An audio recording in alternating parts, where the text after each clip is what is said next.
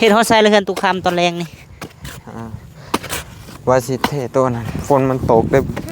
บ่ได้เท เห็นอันนี้น้อยเองเนาะไปพูดลงเราบักใหญ่ เอาซะเนาะน้องก็มีน้ำจิตน้ำใจมาซอยอ้ายถือว่ามื้อนี้หั่นไปรับข่าวใหญ่เด้อมื้อนี้เด้อ โดย ฟ้าสั่นบ่ฮะ โดย โอ้โธ่พี่น้องเอ้ยยังบ่ฮู้ว่าข่าวใหญ่คือหยัง แม่น สั่นไว้ก่อนบ่ โดย เอาซะสิมอบข่าวใหญ่ข่าวดีให้เด้อจังใดก็เด้อ โดย โดยมีทางแม่มีอยู่ทางคำสะอีพุ่นแหละเนาะเพิ่นฝากข่าวใหญ่มาให้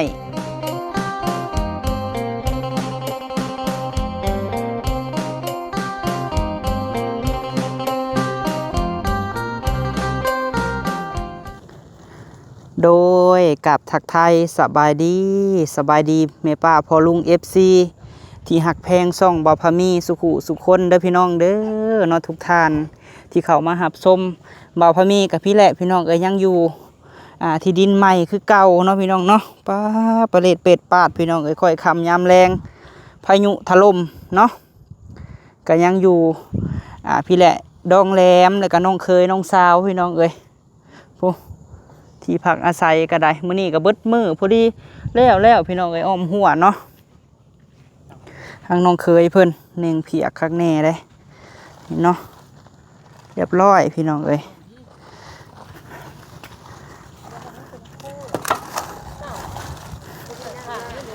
อันนี้เทกอกน้ำเนาะสบายดีเด้อโดยคอยคำยำแรงกับยังบุกเนาะชุมเฮากะเทกอกน้ำพี่น้องพายุเข้าพวกไว้นี่พายุถล่มเปียกเหมดเลยเรียบร้อยแล้วพี่น้องถามมันแห้งโดยเอาคอยเห็ดคอยไปพี่น้องเห็ดตามกำลังแห้งเนาะขอบคุณหลายๆเด้อเนาะผู้ใหญ่ใจดีใจบุญเบิ่งคลิปให้บ่าวพามีเอาคลิปแบบซี่ลงกับเบิ่งให้แน่พี่น้องให้บ่าวพามีจงไว้ทาง5 เมตรพี่น้องเห็ดเองทีแล้วเฮาบ่มีพี่น้องเห็ดสำเหือแห้งยังดีที่ว่าดองแหลมเพิ่นก็มาซอยนี่ทางเข้ามัน5 เมตรเนาะแต่เฮาเทนาพี่น้องเนาะประมาณ30 เซนขุดแล้วก็เทปูนใส่พอดีเบิดปูน3 สอบถ่ายมันแห้งพอแล้วเนาะอีกจังมือ2 มื้อก็จังสิอ้อมนางพี่น้อง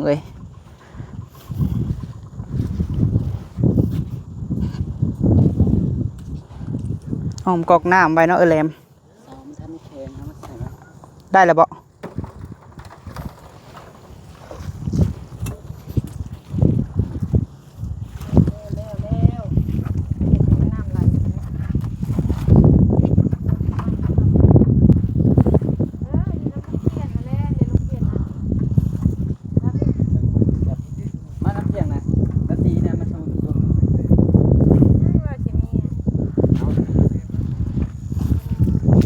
ฝนตกฝนลินกาพากันตากฝนบดมือพี่น้องมื้อนี้ได้บ่ก็บ่ได้เข้าเด้อ โอ้แม่มันคล้าย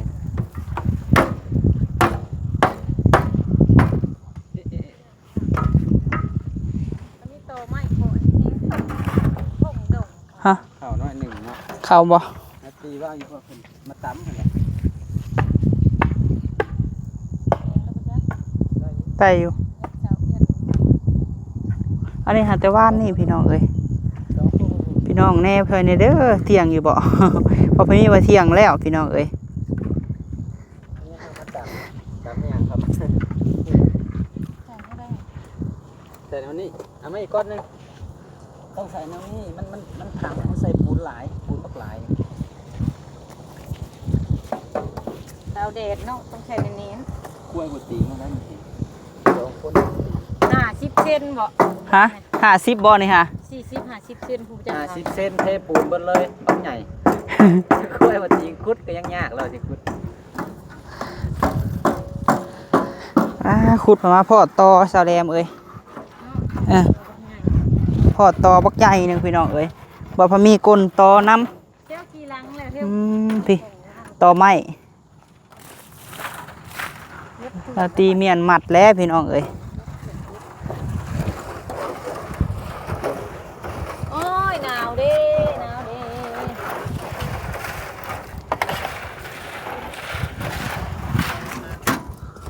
อันใดก็ได้อะไรมันบ่ ตัดมีเนี่ยมาผ่านเละม่วงเนี่ยมาผ่าน เอาขากล้องมาคุดอันนี้ก่อนพี่น้องเอ้ยเนาะ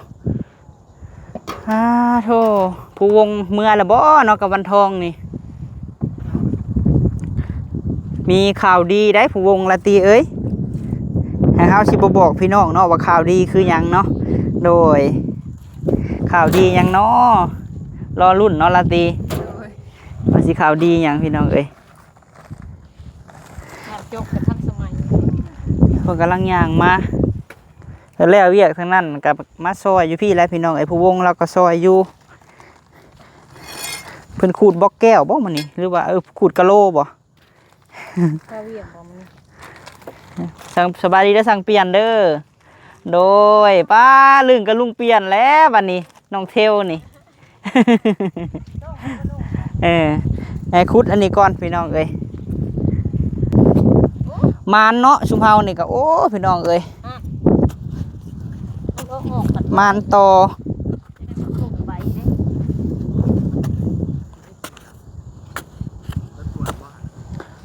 ใช้เสียมไปเอาเสียมก่อน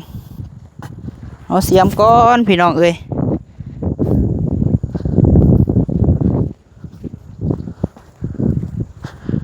ราตรีเก็บไปเลยคำมืดแล้วป้าโถ ทุกอย่างเองคือขี่ดัง สบายดีผู้วงหักก็แล้วเวียกป่ โดย โดยสบายดีแล้วอะไรบิดเบ็ดมาพี่เลยแล้วเนาะ ปลาคือขึ้นมาต่อใหญ่ พ่อของแท้นะ พ่อของแท้แล้ว อุ๊ยหนาวดิ เมื่อบ่อาบน้ำทำบ่จักหะ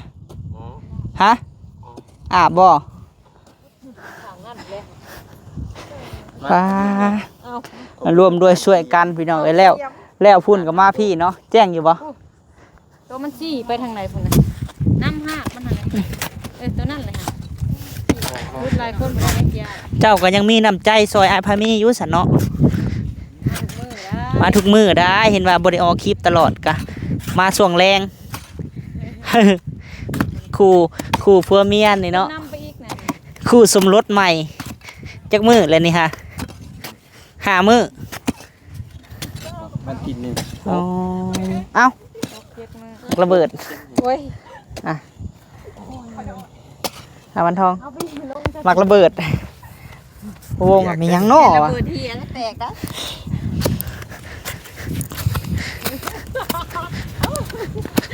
โอ้ยไปหาลงกี่ตัว เสียงอย่าฝืดๆหน้อยหนึงเด้อเพราะว่าช่วงนี้เป็นหวัด เป็นวัดโอ้ใครจะบอกเป็นอำเภอเนาะเป็นวัด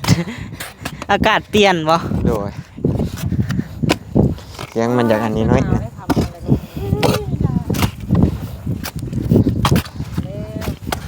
เด็กกี่ชุดเลย อยู่ไส สุดแล้วอูหยักเลยเด้อโอ้นี่ ป้าได้หยังกินแรงมื้อนี้ค่ะ โอ้ยบ่ยังบ่ทันหู ยังบ่ฮู้ โดยเพราะว่าอันนี้เมื่อกินแกงหน่อไม้ แกงหน่อไม้ใครไปหาแม่ทอง ดิ้น ชาวลิน แม่น ที่ได้บอกเก็บป้าใกล้ก็เลย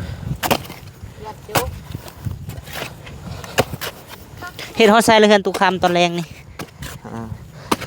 ว่าสิเทโตวนั้นฝนมันตกได้ คือว่า บ่ได้เท เพื่อบางเห็นมันน้อยๆเองเนาะไปพูดลงเราบักใหญ่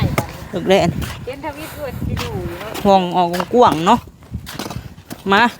แจ้งอยู่บ่ไอเปลี่ยนโอ้เนาะไปใส่น้อคู่ขามื้อนี้บ่ได้โทรหากันบ่เนาะไปครัวหญ้าบ่เนาะ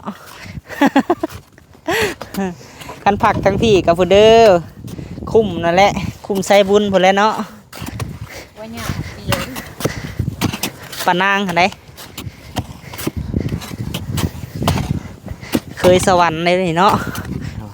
มีแต่คนเคยสวรรค์เบิดบัดนี่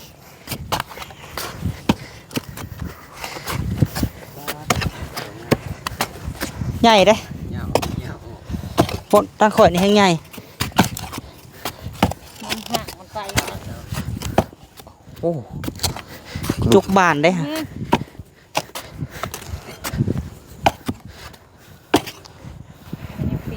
เทวตั้งเพื่อนนี่สิบ่มีบ่เนาะ เหรอ ป้าปิ่นก้นใส่กล้องข่อย มันฮะมันหันเหนือกไปไหนมันจังสิขา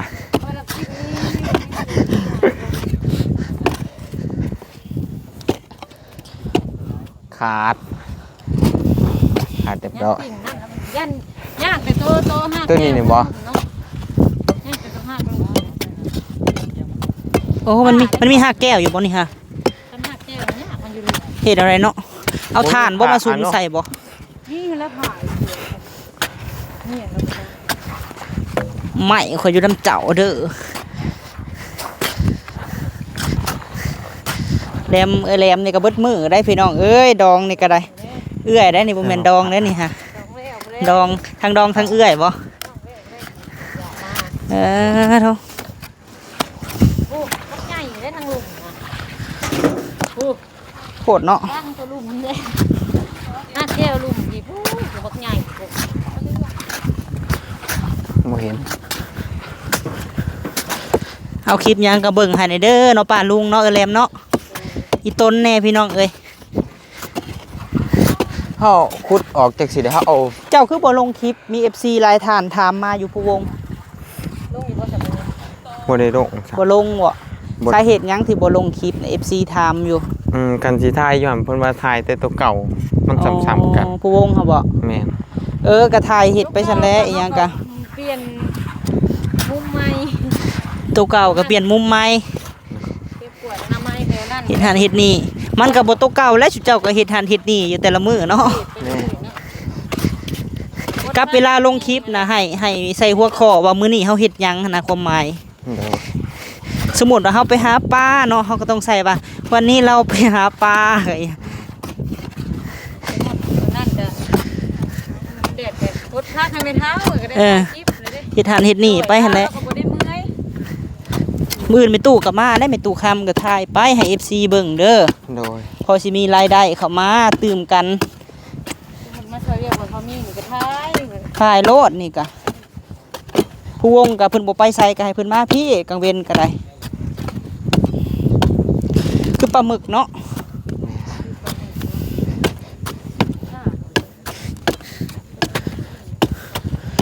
สู้ว่าเฮาขุดดงซ้ำหนึงเฮาใหม่มากองจูน ได้ทำน่ะพลบ่ตกเลย ได้อยู่ได้จัดกาอยู่ได้หา แม่น เอาไผ่พี่น้องเอ้ย ทนดอกต่อให้บ่ตายแต่มันเข้าถาดมันยังใหม่เนาะ มาให้แท้เอากอขี้เล็กในเฮือนข่อยหั่นเด้ดองลาตีบ่เห็นบ่ก็เฮ็ดนะ ความร้อนเผาอยู่หั่นมันก็แห้งไปแล้วก็ แม่น ตุ้ยเองมั้ยตุ้ยพูดไปทางไหนบ่จากทางไปเลย ลุ ไป ง ซับให้ ขา มันขาดนั่นแหละบัดนี้นะ ขาดได้ตัว ยังแต่5ลูก เจ้าก็เคลียร์ขึ้นติ ยังแต่5ทั้งลูกนี่แหละบัดนี้ แค่ได้มันขอยจกมันเกลียหยัง ผ้ามีอยู่บ่ผ้านะเมื่อแล้วก็นอนนะพี่น้องเอ้ยจักสิว่าแนวใดแจ้งจังปาง เบิดแล้วตัวซับ เฮาเฮ็ดเวียกเมื่อยเนาะแหลม ยังแต่ทั้งลูกพวกนี้ นี่ตัวข้างนี้เด้เบิ่งน้ำเสียงขอยสิเอาซะ นี่เด้ตัวนี้เด้ตลาดอันเด็ด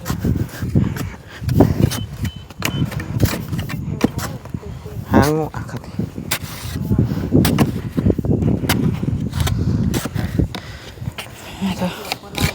คำเลยพี่น้องเอ้ยใส่เท่าเห็นอยู่เนอกกล้องกะร่วมด้วยช่วยกันพอพามีกับบุญยืดอยู่พี่น้องเอ้ยจักพี่สังบ่เบดมือตากฝนมื้อเนี่ยเนาะผมจะสิว่าหยัง แล้วบัดนี้ ฝนตกจังสิตากหันเป็นหวัดเด้มันฝนมันตกมาเอาตาก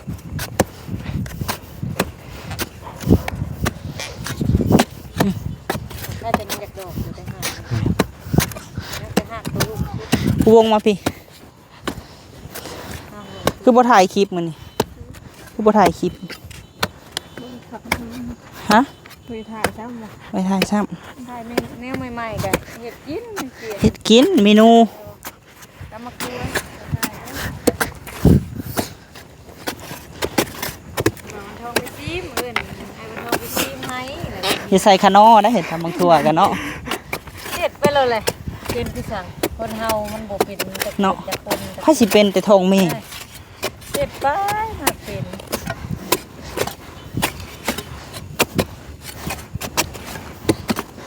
เฮาก็ต้องกล้าอายนี่เลยเฮาบ่เป็นเฮาก็กล้าถามโยมเสียเปรียบโยมอายนี่เลย แม่นแหละ บ่เป็นอันนี้เลย มานั่งพี่ให้กำลังใจไอ้บันทองแน่เนาะขนาดข่อยบ่เห็นบอกบ่จักยังถามเด้ได้เงินก็บ่แม่นสิเป็นหรอกนอกจากเบิ่งโทรศัพท์ยังถามเนาะ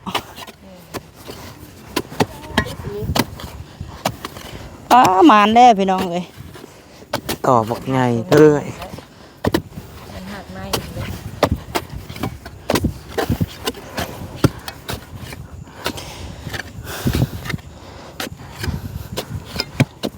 มันก็อันนั้นแล้วนี่เนาะโตใหญ่อะดิเฮ็ดจังได๋ ตู้เพื่อแล้วมันแดดหาพื้นในป่า มีไหมเนาะไหม48งัดเข้าเลยก็งัดขึ้นเฮา โอ้ พูด ย ทั้ง งัด ขา นี่ได้ แล้วยังเงินคอยว่าห้าทั้งลุงน่ะมันใหญ่นะ ใหญ่จังบ่ ห้าซับทั้งเลือดเกือบใหญ่เป็นเดือโควิด ดินตัวนั้นบนเฮือนเจ้าหันกาโตไม่แตะขาบ่เห็นบ่ช่วงนั้นน่ะบักใหญ่หนึงคนกะละตี จักเขาเอาอันโตใหญ่ๆกว่าหมูจักมาแต่โดนเลยพี่ ไกลเฮือนไม่เท่าอุตมะ โต น่ะ ไม่ใหญ่กว่าหมูนี่ดินจักชานตอนนี้มีอยู่โอ้บอกกระบอกป๊อกนี่ใหญ่ตอนที่ข่อยว่าเอาพื้นกับมันเขาน้องไผ่ แจ้งอยู่บ่ โตบักใหญ่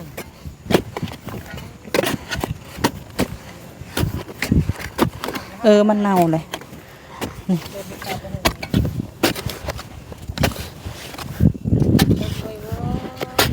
ลมจนเย็นแล้วตอนค่ำนี่มันตกมันคนเขาเลิกไปนี่เนาะ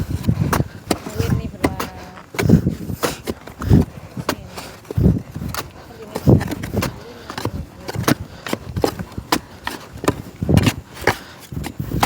ก็ซื้อหยังแหน่ก็จะว่าน็อตบ่จะว่าเมื่อวานนี่ซื้อหยังก็ ชื่อน็อตระเบิดกับกระดาษทราย เอาระเบิดกับกระดาษทราย โดย บ่ได้เป็นเท่าไหร่ ผู้ที่เป็น60พันน็อตระเบิดตัวหนึ่ง10พันน็อตตัวใหญ่เอามาจับอันนั้นโทรสวม แล้วแล้วบ่ โดย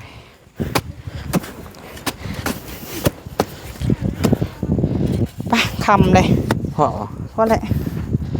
เท่าพี่น้องเอ้ยมันคำจนมืดเนาะเฮาก็ได้ โอ้พี่น้องเอ้ยน้องทรายป้านั่งเจ็บเลยบ่เอา โดย ก็ยังมีน้ำใจมาซอยอ้ายเนาะ โดย นี่แหละเพิ่นว่าคนที่บ่แรงน้ำใจ ถึงว่าตัวเองสิเฮ็ดเวียกเมื่อยแต่ก็มีน้ำใจมาซอยจังไดก็ขอบใจสุกคนเนาะที่มาซอยพี่น้องเอ้ยทั้งดองแหลมแหน่คำเก่งน้องๆทุกคนแหละผู้ละบวง2บวงพี่น้องเอ้ยซอยกันเนาะ โดย เอาซะเนาะน้องก็มีน้ำจิตน้ำใจมาซอยอ้ายถือว่ามื้อนี้หั่นได้รับข่าวใหญ่เด้อมื้อนี้เด้อ โดย ฟ้าสั่นบ่ฮะ โดย โอ้โธ่พี่น้องเอ้ยยังบ่ฮู้ว่าข่าวใหญ่คือหยัง แม่น สั่นไว้ก่อนบ่ โดย เอาซะสิมอบข่าวใหญ่ข่าวดีให้เด้อจังใดก็เด้อ โดย โดยมีทางแม่หมีอยู่ทางคำสะอีพุ่นแหละเนาะเพิ่นฝากข่าวใหญ่มาให้จื้ออยู่บ่แม่หมี ไม่มีโอ้จืออยู่ จื้ออยู่บ่ โดยมือนั้น แม่กับปลาเด้ที่เพิ่นมามื้อนั้นนั่นแหละ โดย โดยที่ว่าเพิ่นมาลินเฮือนอ้ายหั่นแหละที่ว่าเฮา โดย กินข้าวกินน้ำนํกันเนาะถือว่าเพิ่นฝากเงินมาจำนวน 5,000 บาทเด้อเพิ่นฝากมา โดย ซอย อันใดที่ว่ายังขาดเรือเนาะในเฮือนในซานหรือว่าสิ่งของที่ว่าจำเป็นตู้เสื้อผ้าอีหยังก็แล้วแต่เนาะที่ว่ามันมายุมายะในเฮือนซานกับปัดกวาด โดย กับแม่เพิ่นก็ว่า ให้ลูกพามีเป็นสะพานบุญให้แม่ในเด้อเพิ่นว่าเนาะฝากให้ น้องผู้วงกับวันทองอะล่ะโดย ใจ ให้นับเบิ่งก่อนได้เนาะข่าวดีนี่ โดย จักหน่อยไปเฮียน้ำทางพี่น้องเอ้ยฮอดอยู่บ่ฮะ 4,000 4,000 1,000ไปใช้เนาะ1,000นี่เนาะ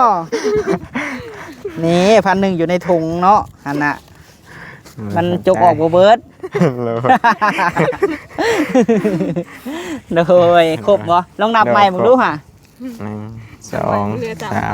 4 5,000 5,000 โดย ครบเลยห้ามยังแหละ ทำเลิก ห้ามเลิกบ่โอ้ครบเลยห้ามเลิกพี่น้องเอ้ยเป็นจังไดความรู้สึก รู้สึกดีใจที่มีผู้ใหญ่เพิ่นสงสารแล้วก็ส่งเงินมาให้มา โด ช่วย ยและน้องเอ้ยพากันสร้างกันสาน้องครอบครัวใหม่ โดย จังใดก็ตั้งจิตตั้งใจแล้วบัดนี้ถือว่าผู้วงนี่ตื่นดกลูกเศร้าแม่นบ่ โดย โอ้พี่น้องเอ้ยผู้วงนี่เปลี่ยนไปเป็นคนละคนนับมือแห่งเปลี่ยนแม่นบ่ แม่น โอ้โธ่พี่น้องเอ้ยสิบ่ได้เห็นเลยได้พี่น้องเอ้ยสาวแหล่บรรณาคนเก่าเนาะวันนี้หันลงคลิปหลายๆเด้อ FC ถามหาสนั่นหวันไหวอยู่คอมเมนต์ถามอยู่ลงคลิปหลายๆแน่เพิ่นว่าเพิ่นก็ได้พอได้จอบเบิ่งแถวนี้แหละคลิปแถวนี้แหละเนาะโดยขอบคุณน้องคือกันฝากให้พรแม่เด้ออยู่ทางคำสะอีฝั่งไทยพุ่นแหละเนาะแม่มีโดยฝากขอบคุณเพิ่นแน่ โดยก็ขอบคุณทางแม่มีและก็ป้าที่มอบเงินมาช่วยดูขอให้แม่มีสุขภาพเข้มแข็งแรงเดินทางไปไสก็ขอให้ปลอดภัยความเจ็บอย่าได้ความไข้อย่ามีปรารถนาสิ่งใดก็ขอให้ได้สิ่งนั้นสมดังปรารถนาเด้อสาธุ โดยทางน้องแหลกก็ขอบคุณทางแม่มีเด้อที่ว่าพาเงินมาให้ก็ขอให้แม่เพิ่นอยู่ดีไม่แห้งความเจ็บอย่าได้ความขายอย่ามีปรารถนาสิ่งใดก็ขอให้เพิ่นได้สิ่งนั้นเดินทางไปไสมาไสก็ขอให้เพิ่นเปิดไฟเด้อสาธุ โดยสาธุพวกน้องก็คือกันเนาะตั้งใจหาเงินสั่งอนาคตสั่งโตเนาะ โดย ถือว่าผู้ใหญ่ FC หลายทานเพิ่นก็อีตน โดย ถือว่าเป็นครอบครัวหรือว่าอันคู่แรกพี่น้องเอ้ยที่ว่าสู่ชีวิตเนาะ โดย มันบันทองและเป็นเสาหลักเนาะบัดนี้เนาะให้ผู้วงพี่น้องเอ้ยคือค่ำเมื่อแบบซี่นี่เฮ็ดกินหยังบัดนี้แต่ละมื้อนี่ล่ะ บางมือก็ซื้อไข่หรือว่าซื้อศีลหมูเขาเมื่อเฮ็ดกิน มื้อเฮ็ดกินมีตู้อยู่บ่อยู่เฮือน บ่มี บ่มี น้อย โอ้มีตู้ฮ้อนแล้วเนาะแม่นตู้เย็นเนาะเอาหั่นแหละสู้ๆเนาะเฮือนเป็นตู้คำก็ใกล้สิสำเร็จแล้ว โดย บัดนี้หั่นคือสิบ่ได้จากกันไปไสดอกผู้วงเอ้ย โดย อยู่นํกันนี่แหละบัดนี้เนาะ โดย เป็นเคยสวรรค์เลยเด้มีรุ่นอยู่ได้พี่น้องไอ้ครูอื่นก็ได้เนาะมีแววอยู่บ่ ครับคือสิมีแววอยู่ มีแววอยู่ โดย โอ้ครูแรกผ่านไปครูใหม่ต้องมาเนาะงานนี้ เนาะเอาโอเคน้องเอ้ยป้ากลับป่ะโดยสบายดีเด้ สบาย อ ดี โดยพี่น้องเอ้ยเนาะถือว่าเฮากะเรียบร้อยพี่น้องเอ้ยขอบคุณหลายๆเนาะทางแม่ฮักบ่าวพามีอยู่ทางคำสะอีพุ่นแหละพี่น้องเอ้ยแม่มีเนาะเพิ่นอยู่ทางคำสะอีฝั่งไทยเพิ่นก็สิซอยตั้งแต่มือดองพุ่นแหละพี่น้องเอ้ยฮักเพิ่นฝากเงินให้บ่าวพามีแล้วบ่าวพามีก็ยังบ่มีเวลามอบให้ซุมน้องเนาะไปพี่น้องเอ้ยจนค่ำจนมืดคือเก่าบ่าวพามีก็ได้ขอบคุณหลายๆเด้อพี่น้องเด้อที่ว่าฮักแพงบ่าวพามีเบิ่งคลิปให้ดีใจหลายพี่น้องเอ้ยเพิ่นสดซอยเข้ามาเนาะอะไรที่เฮาเฮ็ดได้เฮาก็เฮ็ดซอยกันยามดองแหลมเพิ่นเฮ็ดอยู่เฮือนเพิ่นบ่พอมีก็สิไปซอยพี่น้องเอ้ยนี่แหละน้องเคยก็ซอย จนเสร็จสิ้นยังแต่อ้อมนางบัดนี้ขอบคุณ ผู้ใหญ่สดซอยมาอะไรกับบ่พอมีน้ำผักน้ำแห้งตัวเองนํพี่น้องเอ้ยเฮ็ดซ้ำเฮามีบ่ได้หรูหราอลังการดอกพี่น้องเอ้ยซ้ำเหือซ้ำแห้งเฮาคอยเฮ็ดคอยไปหั่นแหละพี่น้องเอ้ยเอาเท่าไรปีก็ย่าเนาะดีกว่าเฮาบ่ลงมือได้พี่น้องเอ้ยเนาะขอบคุณสุหมองสุบอนเด้อพี่น้องเอ้ยไปคลิปนี้ไปแล้วเนาะพบเพาะคลิปหน้าสบายดี